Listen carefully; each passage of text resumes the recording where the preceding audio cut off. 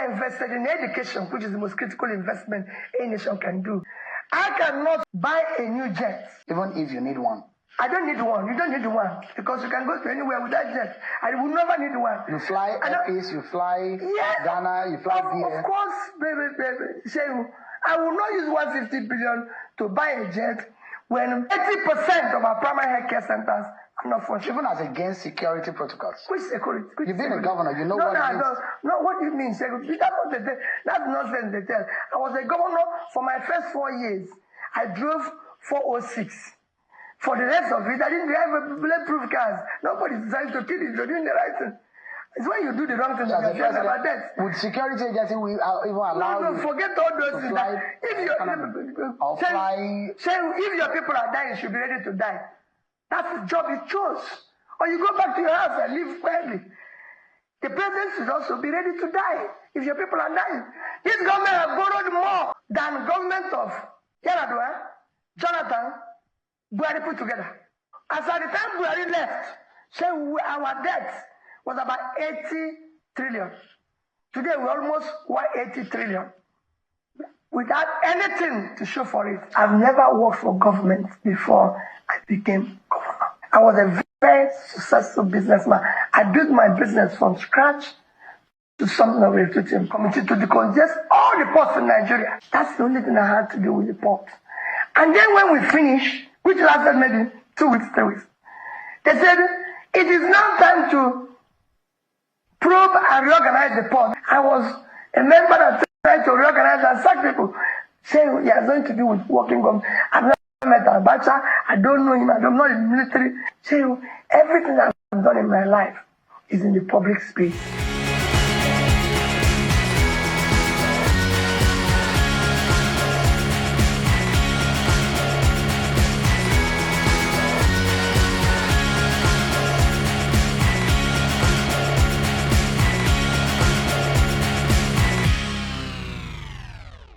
Where they say, oh, you cannot be in 2 companies at the same time. But I have indicated my intention. I want to go into this. That is not... Well, you don't see it as anti-party. No. There's not an anti-party. No, because I don't think Labour Party has agreed to remember, we said for 2027. Say we're not in 2027, we're in 2025. It's clear. We've adopted this for 2027. So if I say I'm going to this, that doesn't say, oh, well, listen, I want to be... I want to be able to be part of your dinner in the evening. That doesn't mean I should abandon my breakfast and lunch because I was intended to come and eat your dinner. No, we're going there. So we're going to go together. We are not abandoning where we are. At some stage, when that happens, you know. So you are thinking of being a running mate to Atiku. Is that the case right now? That's your intention? Again, Shehu, this is not in play. Nobody have ever discussed that. You know why I'm asking? People assume so many things. Nobody have ever discussed with me whether I'm going to be A or B or C. Shehu, I'm going to contest for the President of the Federal Republic of Nigeria. And I believe I'm qualified for it. You know the reason why I'm asking this? The coalition has been touted as Atiku-led coalition. And there are those who think that organization of coming together, that marriage is for an Atiku platform to run. People just assume anything in this country. And I don't believe in assumption. I don't live with it. I'm part of a coalition which will be able to produce a competent president with the capacity, compassion to save this country. And you look at the assemblage in that room. Some have described them as geriatrics who are old and done politically, who have been former this, former that. And this is Peter Obi, and your reputation, you know what your reputation is with the Nigerian people. There are those who think that Peter Obi stands for a ray of hope, a beacon of hope for a lot of young Nigerians. And your association with some of those who have been described as spent, former this, former that. You don't think that there's a problem, that a contradiction? So, when a leader comes into the scene, you lead everybody. Your job is to change. You change the old, you change the young. You don't just say, oh, my job as a leader is to change those who are not even, and if you look at it, it's about everywhere in the world. Those who brought out change everybody.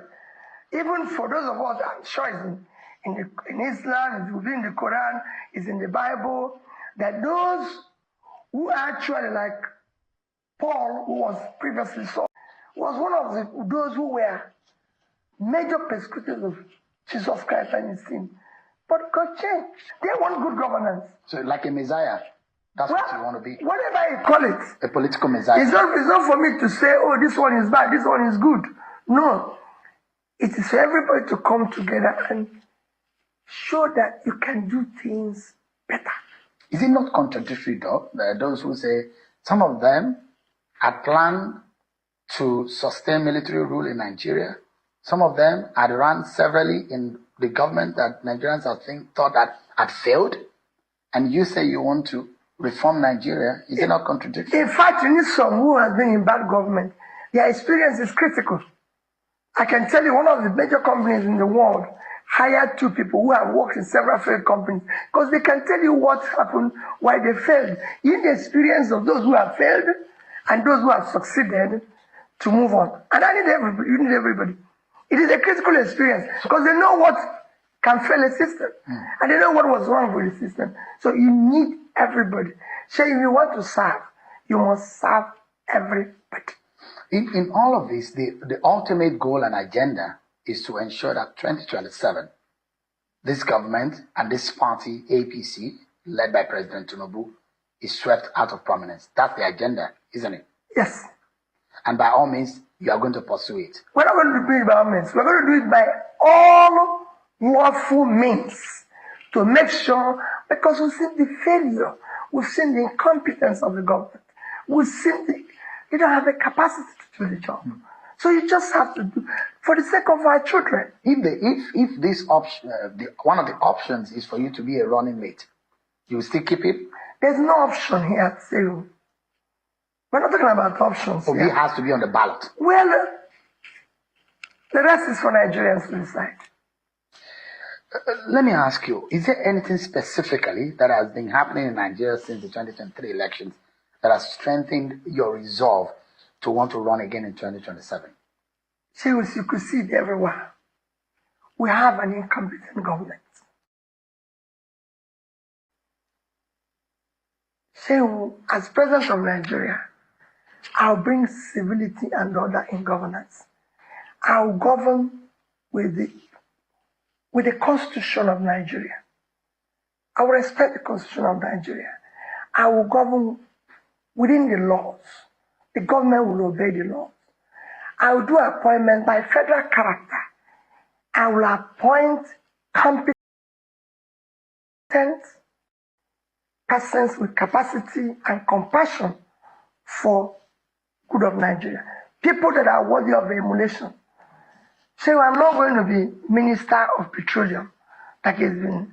Every ministry will have substantive minister who is competent, who has the character, compassion, and capacity to run that ministry, but showing you the things that as president, I will have hands-on reported to me daily on real time.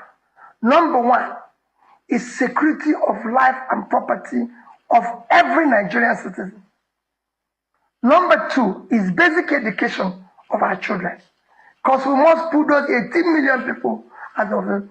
So it is more important for Nigeria to invest in education than oil. The human capital of Nigeria, considering its population, is a huge asset.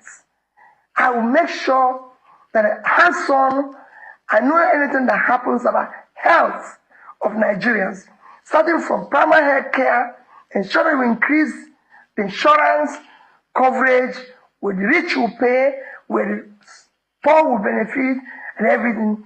So I will make sure that I know real time what happens with agricultural products, which will drive the foundation of our manufacturing. I want to know what power we are generating daily and distributed daily. And I want to look at the SMEs the manufacturing, to ensure that they are properly supported with adequate interest rates.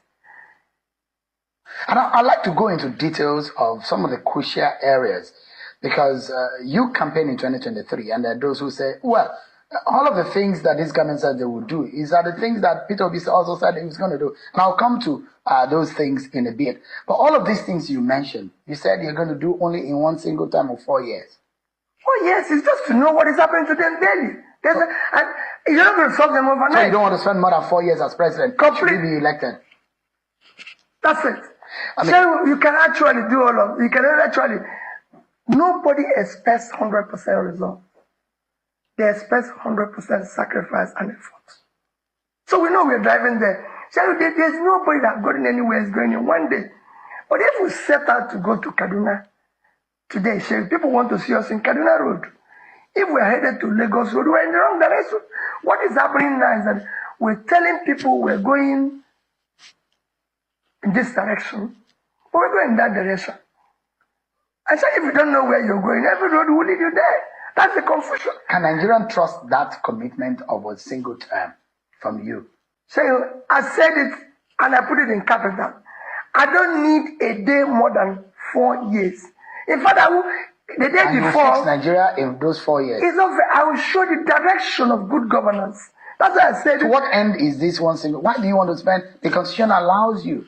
You've been a two-term governor. Why do you want to? In 2 years, there are the maximum damage. That shows 2 years can change it in good direction. People want to get up and see a president that cares, a president that shows compassion. So today we have a country without compassion. Leadership without compassion does not exist. It's a minus. It's not good for the country. Is there anything that you see that this government is doing that lacks compassion? So, in December 18th or thereabout, several children died in a battle. I think it was December 18th. On the 19th, the president of Nigeria flew from Abuja to Lagos for Christmas holidays. Saying, I will not do it. I'll go to Ibadan. I will go and look for their parents and cry with them. The president went to Benue. No, one minute. Well, there was no compassion in that. People lost their children. People lost their children that will lead this country tomorrow. He didn't do that. He went for Christmas holiday. In Benue, he was not there for days. So I will go the first day. And when he got there, he said he couldn't visit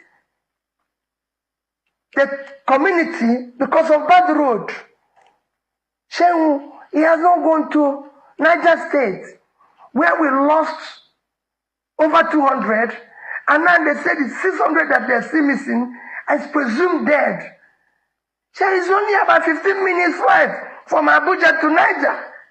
There's no compassion.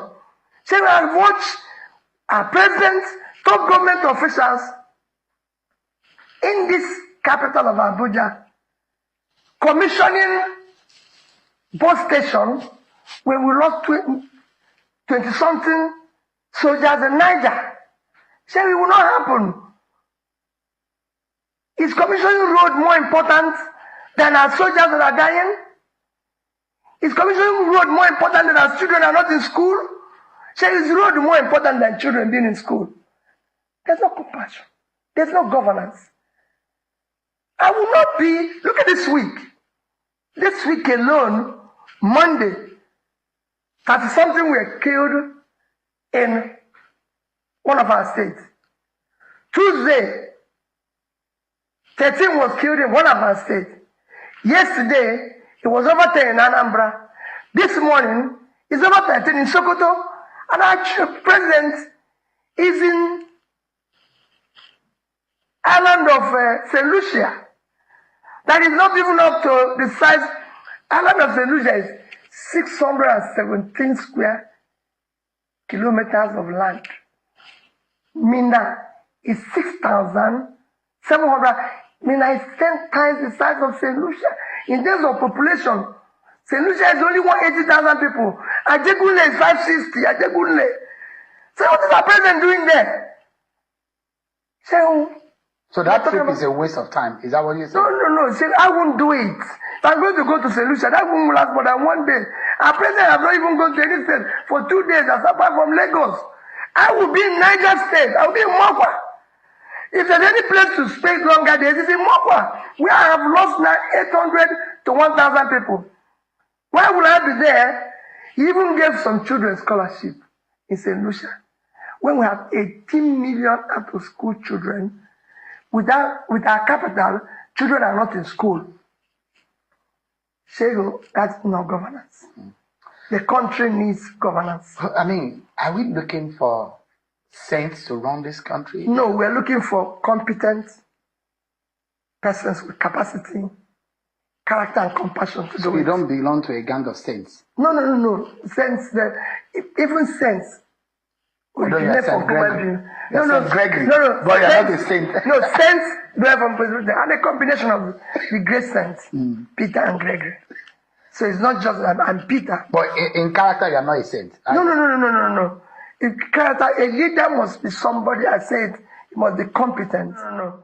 In character, a leader must be somebody, I said, he must be competent. He must have the character and behavior, public conduct to show that this is right, this is wrong. Let me ask you, and I'd like you to clarify this, because I watch a lot of conversation around you, and I mean, around every major political figure in this country. How do you clarify this reputation that you worked for the Abacha government? Or in the Abacha government? I've never worked for government before I became governor. I can tell you that. Did you do anything? Let me clarify for you. I've never worked for any government before. I was a very successful businessman. And everybody knows that.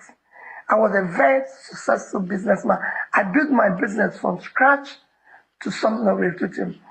As a businessman, I'm also part of those who were controlling trade in Lagos then. There was a time during Abacha's government. Even happened during Obasanjo's government. There was a time during Abacha's government. Because when Abacha took over, they said all ports, seaports and everything closed. So they came out with a policy that caused congestion in our ports, even in the airports. Goods were not being cleared, goods were not being exported and everything. And some of us felt, no, we need to go and see the head of state then, or at least the commissioner for Minister of Finance, who was I think it was Ani. So we came to Abuja, about 50 of us.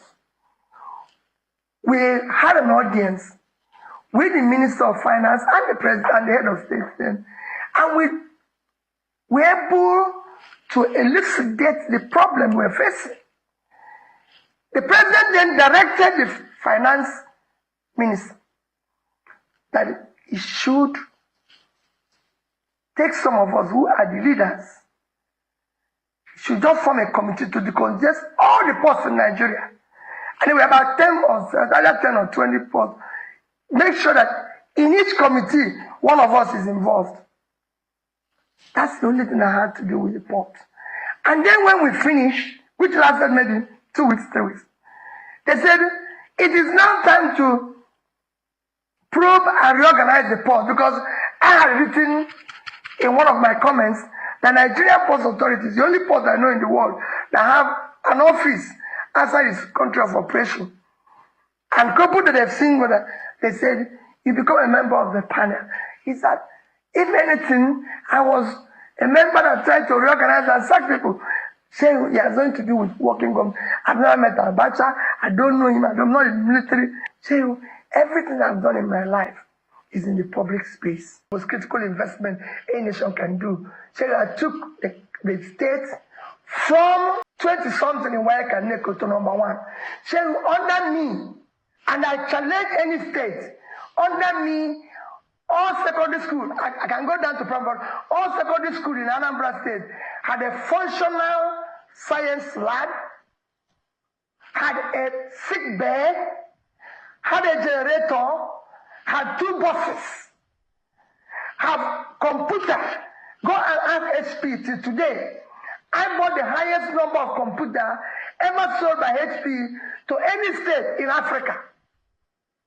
the order, they're there. You can go and ask HP, or you can go and ask the star of, let me remember his company now. You can go and ask him. No other person has done it. If you become president, you will be frugal, yet you invest. No. If I become president, I use the resources effectively. I cannot say buy a new jet. Even if you need one.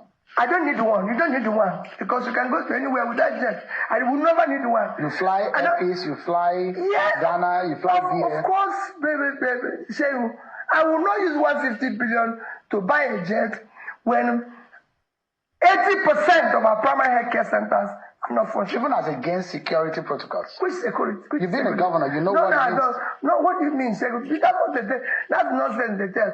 I was a governor for my first 4 years. I drove 406.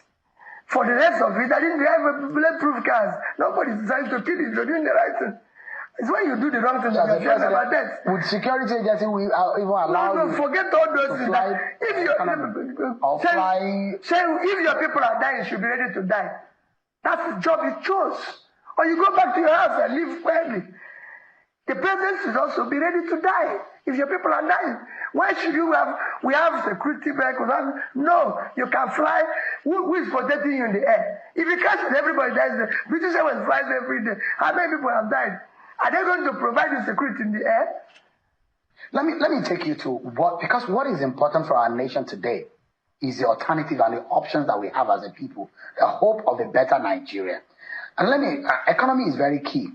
And I look at this government, the administration says they are focused heavily on currency reforms and subsidy removal, which many say have worsened inflation and hardship for ordinary Nigerians. What alternative economic strategies would you pursue to stabilize the economy and protect the most vulnerable compared to the current government's approach should you become president? So, I campaign on removal of subsidy. Remember, but I said, one, there's a corruption associated with the subsidy that you need to remove first.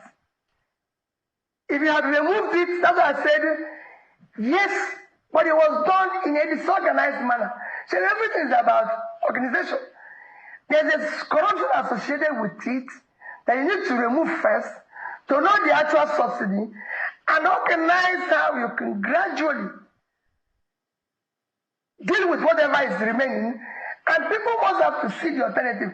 So when this government removed subsidy, you know what they said? They said it's to stop borrowing to sustain it. But this government has borrowed more than government of Yaradua, Jonathan, Buhari put together. As at the time Buhari left, our debt was about 80 trillion. Today we're almost 180 trillion. Without anything to show for it. Is it a crime to borrow as a government? No. These are part of the laws I want to change. We must now make a law that all borrowing must be for investment. In critical areas of development, you don't borrow for consumption. Without that, you waste everybody's time. I'm as a businessman, there's nothing wrong in borrowing. If I borrow to build factory, it's different if you borrow to bury your father. Because your father is of no value. He's gone. It's just consumption. That's why I keep saying that I want to move this country from consumption to production. For example, what would you borrow for if you were president? I'll borrow to finance education. I'll borrow to ensure that Nigerians have power. I can go on and on. There's so many things. How long can it take you, for example, to fix Nigerian power situation? You went to Egypt. Thank you. Let me learn from them. That's it. It took Egypt 5 years. We're not going to fix overnight. But remember what I said. Nobody expects 100% success. They want 100% effort. If development and what you do, governance, must be measurable. So if we decide, okay, we are now at 4,000. We can decide, I'm only going to do 8,000. But annually, there must be improvements. How would you do it? How will you fix power? Say it's not rocket science. Egypt, I'm not saying now, say the 3 countries that improved power in the recent time, unless one did it yesterday, at the time I went to Egypt, we are 3 countries in the world. India, Vietnam, and Egypt. And those are developing countries. So, say, governance is about learning from best practices. It is not rocket science. So what do you feel? Have you identified why I'm over 40 and I've not, in my lifetime since I was born, I've not experienced constant electricity, and my children were born into a similar situation? The question is, have you identified what the problem is? Yes, the problem is in failure of leadership. That's the problem of electricity. Everything. If you have a determined leader, he will learn, he will ensure implements it vigorously. Like the president announced that he's happy that the opposition is in crisis. I will go there and solve it. As governor of Anambra State, you've seen me say it every day. Andrew Zokari is there. He came to campaign for Kunife. I gave him the vehicles that took him to the campaign. When he finished, he came to my lodge, ate lunch in front of me, standing this way, Uche standing this way. He said he has come to campaign, that I've done well, Uche will replace me. And I was in that election. And when I go to, they go say, oh, Peter, you're too weak. I said, I did the people going to vote. When the people voted, they voted for me. So the same thing that president is doing by employing or appointing Nyesom Wike as FCT minister and empowering the opposition, is that the kind of thing you're describing? No, it's not empowering the opposition. I want strong opposition parties. Even, let's say I'm president today in one party, I want strong PDP. I mean, I want a Labour. I want strong APC. I want to listen to them. Democracy. I want to see democracy thrive. I want people to understand. I want to listen to the opposition. Because they might have an idea that is superior to what I have. That is governance. Would you be forming something like a government of national unity and taking people who are not in your party to form government? Is that the kind of thing you would do? So we are talking about Nigeria. If they have something that is better, I will take it. You appoint ministers outside of your party? It's no question of appointing ministers. I'm appointing Nigerians who are competent. Happens everywhere. So the government of England went to Canada to hire a central bank governor. Do you know how old England is? That colonized Canada. They went there because they wanted to function. It's only in this country that you put in competent people in a place because they are your relation or they know you. And that's what I'm clamoring for. We have voted for incompetence. We voted for tribe. We voted for religion. Let's vote for competence. Do you think that the North trusts you? So, I want them to trust me. The biggest asset of this country is in the North. The uncultivated land in the North. The criminality we face in the North today, I'll deal with it. So if I'm president, the North will celebrate me. I have an idea of the problem. So I'm in this country when, if I'm looking for cash, I go to Kano. There used to be industries in Bompai 1, in Bompai, Sharadan 1, Sharadan 2, and everything. So I was in Indonesia this year. From February 1 to February 7, meeting from Minister of Health, Minister of Education, Minister of Small Businesses, Minister of this, to former Vice President, to the most popular president. And so you learn, and what they did is not rocket science. Let me ask you, Mr. Peter, you had, there is a popular slogan that you used in the campaign, from consumption to production. Yes. Is that not productive? Let me ask you, because there are those who have also criticized you that what industry did Obi even put in Anambra when he was governor, to start with as an example. But I'd like to take the Nigerian example. I mean, you know that industries. They have even used it as an example. The brewery, right? As one. Yes. But the big question here, we're looking at a bigger picture, Mr. Obi.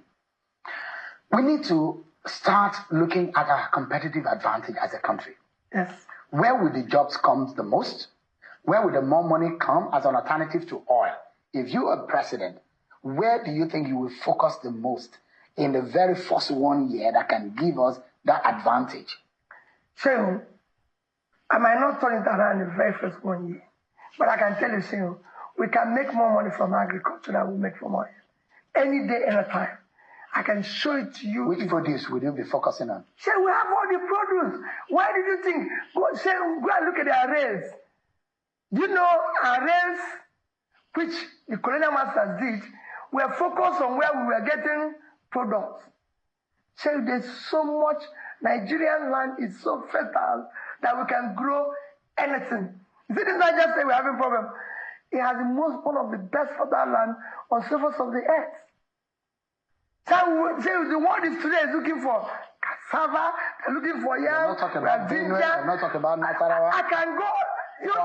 You are now that belt. You are now the one. As I say, we are now one talking. We have 54,000 square kilometers of land in Taraba. It's not Taraba here. I can grow all that. Which one would you focus on? All of them simultaneously, because it's an investment. That's why I said I will borrow and put in investment. You are now borrowing for production, not for consumption. Have you done the math?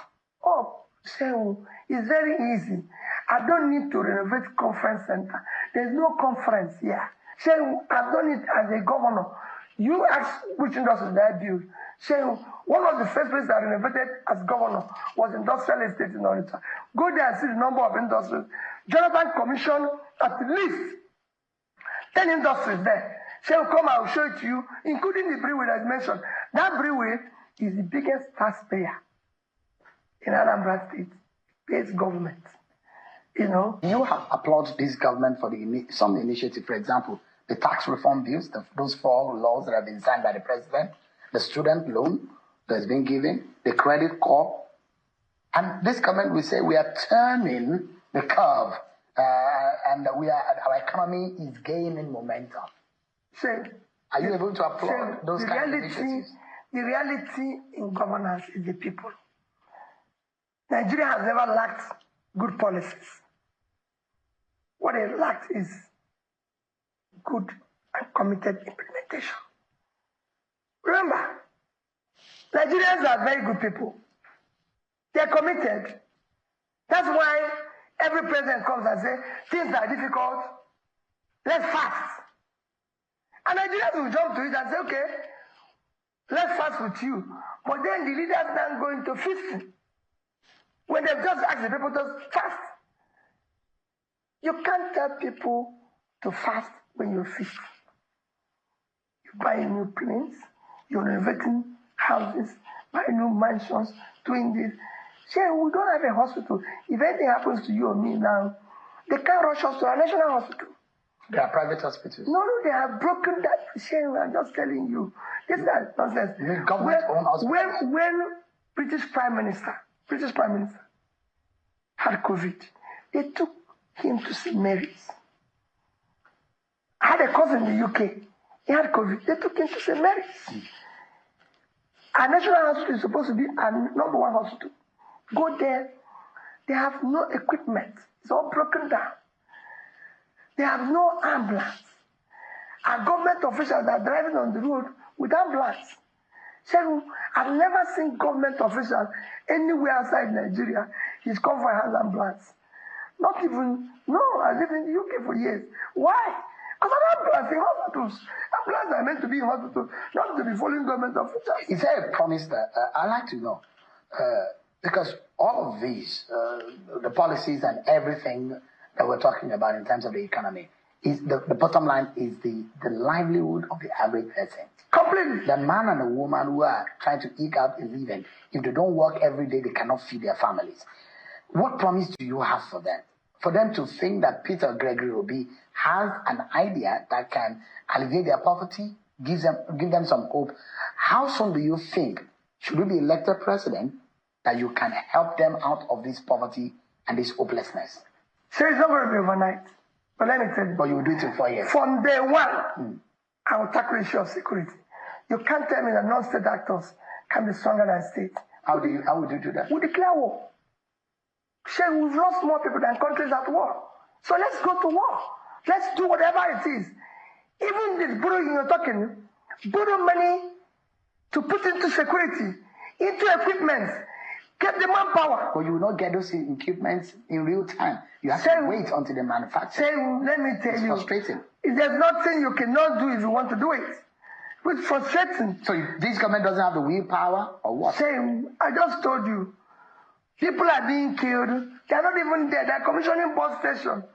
So you cannot tell me that I, Peter, will be sitting where we have 10 soldiers die, which I'm not sure are police die and everything, which I'm not sure they're being killed.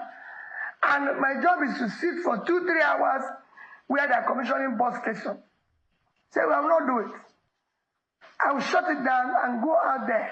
You declare state of emergency on security. No, if there's a war, we declare war. We can be at war. There's nothing wrong in saying our country is at war. And you by yourself as a commander-in-chief go to the war front. I can tell you, Shehu, I might not go physically, but I'll go. Because I'll be with the people there. They will know I'm with them. What are they? Yeah, let me say this have happened to me as a governor.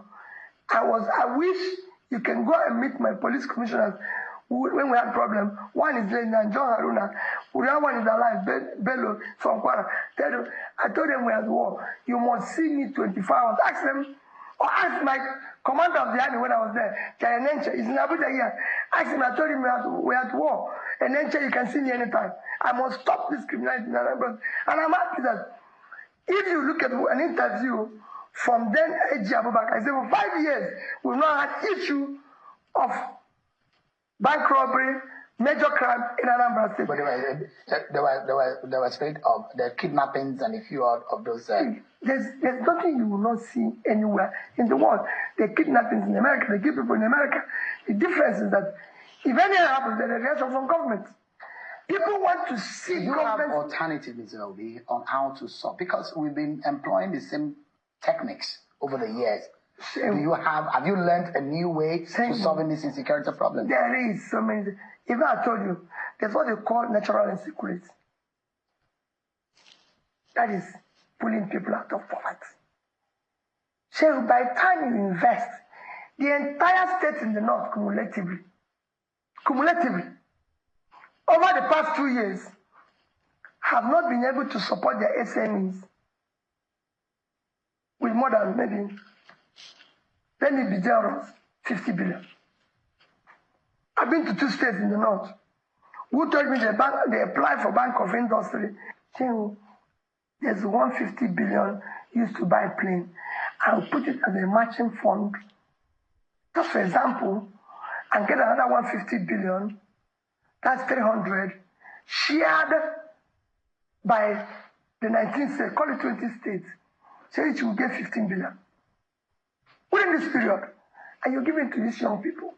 So we have gone to prisons and see these young people that have problems. And I ask them, why did you do this? They have no job. They don't know where the next meal will come from. And if you don't know where the next meal will come from, so nobody can know or imagine what you can do. Let me ask you, as a governor, there are those who say the federating units need to play their roles. There's just a president of the Federal Republic and the 36 state leaders of 36 state government. The question is, issue of state policing come to bear. What would you be suggesting as the alternative solution in governing all of the states of the country and making sure that they are properly policed? So I will have community policing. I will encourage it. Local government policing, I will encourage it. State policing, I will encourage it. Federal policing. So as governor, every community in Anambra State have community security system employing 10 to 20 persons paid directly from my office as governor, was paying for the security personnel that was manning it. So if you still in one town, the radio, you cannot. The 3 major criminals that were operating in the southeast, everybody knows them. You will not know because of the Igbo names, Ofaku, Oisikanku, and Welcome to Anambra State. Because once you still in one town, the radio, they must get you in another town. So I would do, that's why I said, I would do whatever it is to secure the country. Security is number one. Nobody's going to come and invest in Lagos if he hears there's bomb in Boronu, because doesn't know when the bomb will come to Lagos. So you need to, the reputation of your country in terms of security, in terms of local investment, is critical for you to... I mean, when you touched on the issue of the security in the Southeast, there were those who criticized you, that you never came out to condemn the role IPOB and those who were the agitators and those who were asking for sit at home did, and some of the killings that happened. Say they are not following me. I've condemned killings everywhere, even the one that happened in Anambra yesterday. I'm talking about the role of IPOB. I said I've condemned everything. The only thing I said about the agitators, let me tell you now. So it doesn't matter what, there's Yoruba agitators, there's other agitators, there's Israel agitators. I will talk to all of them. There's nothing wrong with agitators. Anybody who says, okay, come on, let's talk. You must exhaust reason, you must exhaust. But see, I see all those functionalities as a function of a dysfunctional, is a result of a dysfunctional society. If you do the right things, all these things will collapse on its own. So what I'm going to unleash here as somebody who works in government will change it. Would this be canvassing for a political solution to the case of Nnamdi Kanu? For every one of them. I mean, why is it being held? It doesn't make sense to me. Some people say because he used vulgar words and everything. Is there anything wrong? I've not seen it. People just say, oh, using vulgar words. You say, it doesn't bother me if I'm president, whether you call me thief, call me a less man, call me idiot, which they call me today. It doesn't bother me. My duty as a leader is to the common man to put food on their table. Well, if you are talking about the situation in the South, is it the same way you handle the agitators and those who are killing in the Northeast and the Northwest? Remember what I said. Different? If there are people I can talk to, I will talk to them. But remember what I said. Once I exhaust reason, I'll deal with it. Let's say tomorrow we have a bandit by name operating in the Northeast. I will look for him. Quote me anywhere. But, remember, that is just establish a link to say enough is enough. Afterwards? Deal with it decisively. Are you happy with the peace and the quiet in the Southeast after the arrest of Simon Ekpa? There's no peace anywhere like I know in Nigeria now. So, for me, I just told you they killed 10 yesterday in my state. Is that peace? People are being killed everywhere in Nigeria. Everywhere. Let me ask you quickly, yes. Ms. Obi. A lot of your followers believe so much in you. And those who do not believe in you, they don't think that you're the right man. Why do you think that Nigerians should trust a Peter Gregory Obi that will give them hope and will give them focus? Can they trust you? Shehu, everything I've said, I did. As governor, when I was campaigning to be governor of Anambra State, I said I'll fix education. I'll make sure I improve in education. There will never be a time children will not be in school. I can show you education increase. It became better. I said we're going to deal with the issue of health. We didn't have one single school of nursing and school of midwifery. By the time I left, we have more schools of midwifery and school of nursing today than any state. I talked about rural roads, opening up rural. You can go on and on. It is not the same. So Nigerians can. Like I said, no. You have the solution. What they can. When I talk about corruption, we have fight corruption head on. Head on. And I said it. If you, who is number one, either national level or state, is not stealing, your wife is not, your family is not, reduced by 50%, it's an experiment to win. I've had people now who say, oh, but you're corrupt. But Shehu, I left 36 billion naira I would have stolen. I left $150 million I would have stolen. So have you ever seen a thief leave what he can steal? People will make reference to the Panama Papers and some of the crimes. So I ask you a question. Have you seen a thief leave what he can steal? Even in the church today, you go say, take your phone, mind your phone. Because there's no thieves come there. No thief have left what he can steal. So when they talk about Pandora Papers, I say go and investigate it in full. So we exaggerate here. That is a legal entity for estate arrangement. So we will focus on the critical areas of development. Mr. Peter Obi, it's a pleasure talking to you. Thank you so much. And I wish you the very best in the coming days. Thank you, sir. Thank you so much, sir. All the best. Thank you. Thank you.